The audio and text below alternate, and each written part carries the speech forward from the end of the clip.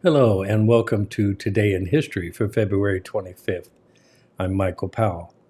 On February 25th of 1964, a new heavyweight champion was crowned. On February 25th, 1964, 22-year-old Cassius Clay shocked the odds makers by dethroning world heavyweight boxing champ Sonny Liston in a seventh-round technical knockout. The dreaded Liston, who had twice demolished former champ Floyd Patterson in one round, was an 8-1 favorite. However, Clay predicted victory, boasting that he would float like a butterfly, sting like a bee, and knock out Liston in the 8th round. The fleet-footed youngster, who would later become known as Muhammad Ali, needed less time to make good on his claim. Liston, complaining of an injured shoulder, failed to answer the 7th round bell. A few moments later, a new heavyweight champion was proclaimed. Cassius Marcellus Clay, Jr. was born in Louisville, Kentucky in 1942.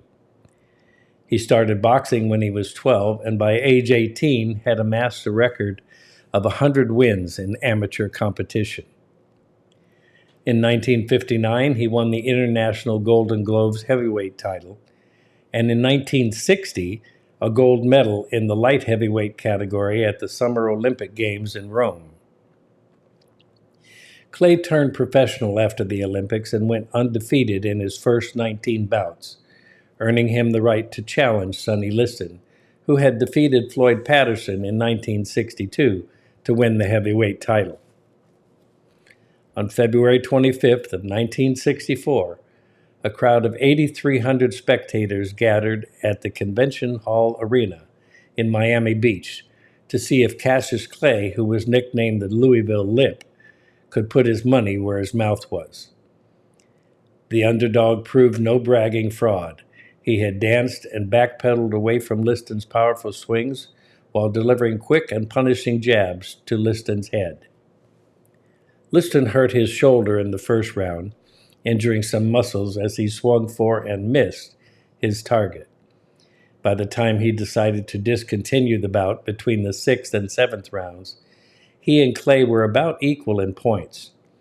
A few conjectured that Liston faked the injury and threw the fight, but there was no real evidence, such as significant change in bidding odds just before the bout, to support this claim. Muhammad Ali would go on to become one of the 20th century's greatest sporting figures.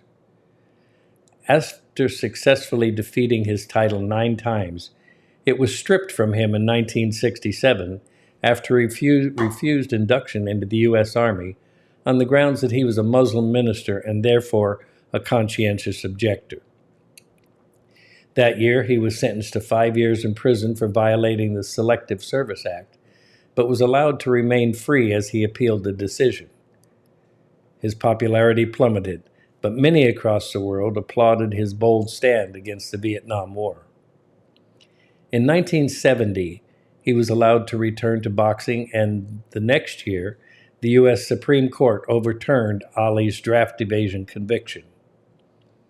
In 1974, he regained his heavyweight title in a match against George Foreman in Zaire and successfully defended it in a brutal 15-round contest against Frazier in the Philippines the following year.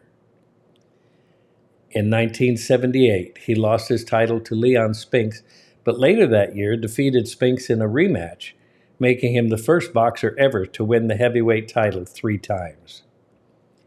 In 1984, Ali was diagnosed with pugilistic Parkinson's syndrome and suffered a slow decline of his motor functions ever since. At a White House ceremony in November of 2005, Ali was awarded the Presidential Medal of Freedom. And on June 3rd of 2016, Ali passed away after a period of failing health. Cassius Clay, Muhammad Ali. That's today's story. I'm Michael Powell. Join me again tomorrow and see what that day will bring. Till then, watch this.